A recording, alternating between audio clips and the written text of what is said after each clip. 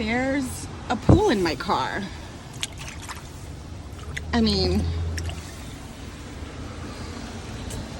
I don't know what to do.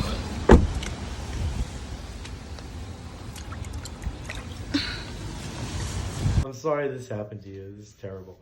But you can get one of those big yellow sponges from the hardware store, or maybe you have it under the sink, the kind you wash your car with, you know, and put that in there, squeeze it out, put that in there, squeeze it out. If you don't have that, you can use a small sponge, like a kitchen sponge, but it'll take forever, but you can still do it. A little yogurt container to bail it out, because that works better than a big bucket, because the big bucket is hard to fit in there, and the yogurt container can kind of get in the low spots in the corners. And then you use a sponge for the rest of it. Make sure you take the floor mats out and wherever, dry them somewhere. Bring them in the house, you know. Rinse them off in the bathtub and put them somewhere. And then when it stops raining tomorrow, take it over to your father's house, because Morgan mentioned that. Or your sister. Or your sister's house. Somebody's house that has a driveway. Not because you're going to need to plug in an extension cord. Or here. Yes. You're going to need to plug it, or here. You're going to need to plug in an extension cord, run it across the driveway to the car, and you got to put a fan in there, and you got to blow that air around, and all night long, all day long. Got to do this for days.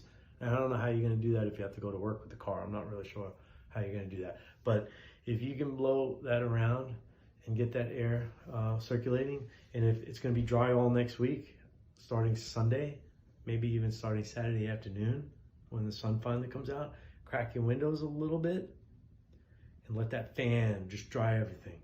And you'll be good.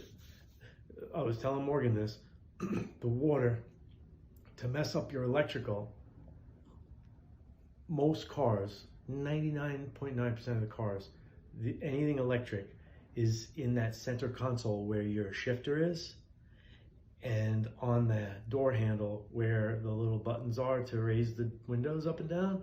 If the water didn't come up to that, it's fine. Your gas pedal can get wet, your brake pedal can get wet. That just is a piece of metal that goes through the floor. It gets wet every time you drive through all that stuff under there can get wet. Don't worry about it. You just need to dry the carpets. And I hope your seats didn't get wet. That's the only part I don't know. As long as the seats didn't get wet.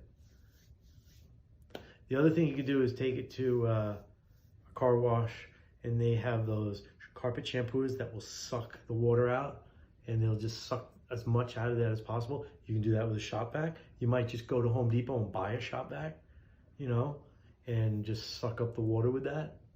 She's got a shop vac. Okay. Okay. Make sure you get the floor mats out of there. I made a mistake one time and left them in there, and the carpet under the floor mat stayed wet for days, and then it started to smell moldy. You got to take the floor mats out. It's got to dry. Crack the windows. Fans, fans, fans. That's all I got to say. This has been an episode of Steve Says, brought to you by the Gilgo Beach Inn, which will finally be open again after 1 week of closed due to rain starting Sunday.